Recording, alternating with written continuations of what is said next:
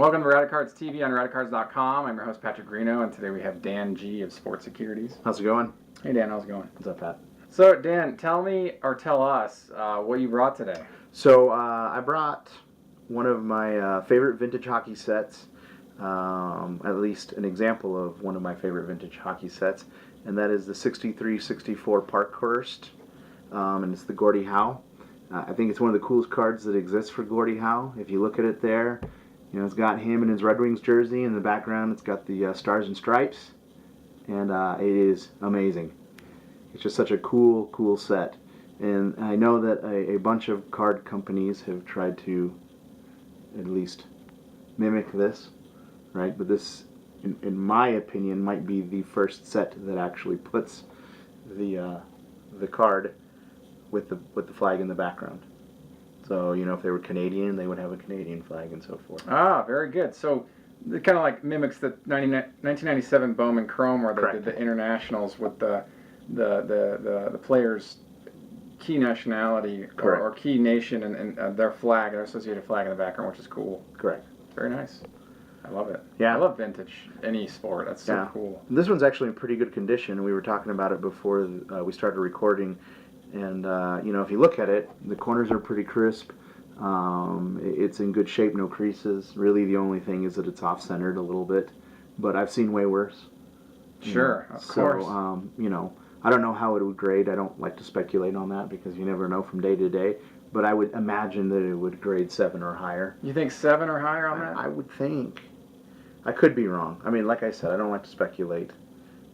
Seems like grading condition is almost subjective to the person viewing it at the time. Yeah, it could be, depending on how many cups of coffee they had and whether or not they got lucky the night before. It could Well, I mean, really change. It's more just like what I might consider a 6. Someone might be like, no, that's for sure a 7 or an 8 for sure. I'm like, I don't know. I mean, I guess I have more scrutiny over how I decide on a grade for a card. Right. I'm pretty I'm pretty strict. Right. When I'm looking at a card, if I were grading cards, I'd be one of those strict graders. But yeah, everybody's different in that capacity. I've seen cards.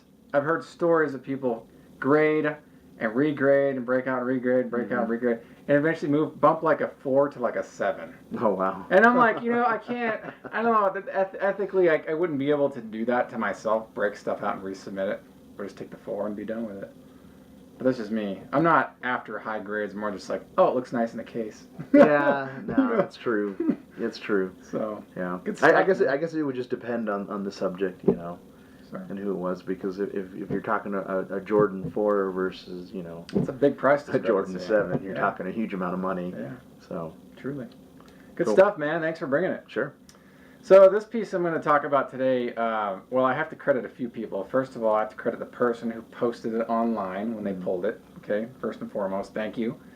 And then I have to credit my buddy Dan here for kicking it over my way, saying, hey, check this out, and letting me know about it. So thank you, Dan. Sure. And then also, again, the person that owned it who had originally, I became aware that he was just gonna keep it for a while. Mm-hmm. And I was just conversing with this very nice person and asking him what he thought it was worth, and we talked about it for a while, and I said, you know, here's what I've paid for similar modern cards, not even offering, just saying here's what I paid. And we were able to work a deal, and it was really easy and smooth. And I want to say thank you to the person who sold this to me. It's in a home that will be cherished for forever, and I really appreciate that. So it's definitely in good standing, good holding. So what it is 2017 Topps re-released a design from their 30-year ago design of 87 Topps. Right. Great design. It's one of the all-time favorites in a lot of ways for a lot of reasons. I started collecting a year later in 1988. But I always remember the 1987 design, reminisce of the 62 Topps design with the wood back border, which I thought was really cool. So Frank Thomas has been featured this year in the set, both as a base card and a subset card in the base set as for the All-Star. And this gentleman pulled the 1-of-1 platinum version of the All-Star card. And he was nice enough to work with me on it and transact and send it to me. So very, very pleased to have this in the collection, and glad to put it in my 2017 portfolio, which Show is the back. Show at the stamp. time very small. Here's the classic back, and you can see there the 1-of-1 stamp. So really glad that they actually used all of the design elements of the original 87 Topps set. So because That's cool. even the back looks the same.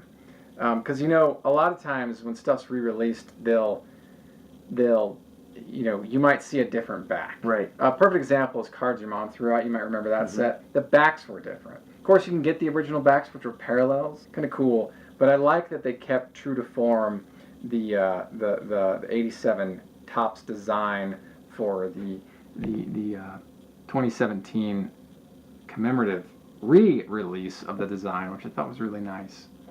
Can I take a look at it? Yeah, you sure can. This has been a really cool product. I've bought a little bit of it and enjoyed it. Actually, quite a bit. You have? Yeah, I like the look of all of the modern players with the eclectic mix of Topps fronts. Sure. You know, I think it's been really cool. Yeah, yeah. I think it's fun to see. I mean, okay, so this can we can talk about this in a number of different ways. Like, are we going to overdo it? Are we going to see this again and again? Because we've seen a lot of old designs being brought back with modern players. We've seen Hall of Fame post-career, even deceased players being reissued onto newer modern designs. And we've seen a lot of different combinations of this, like old designs being re-released, past players being re-added to modern sets. So it's kind of fun to see the different combinations and to see where the market goes with this, because some of these designs are classics, right? Right. They're favorites. I think was it 2013 or 2012 we saw the 84 Topps design being reintroduced into an archive set at the time? I think so. The Bryce Harper was the big short print at the time. So that was kind of fun to see that. And I can remember a Michael Jordan card being reissued in an 84 Topps baseball design. You might remember that. I do.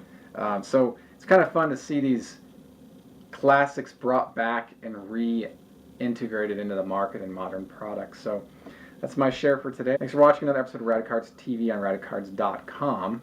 And until next time, enjoy collecting. Take care. If you like this video, please subscribe.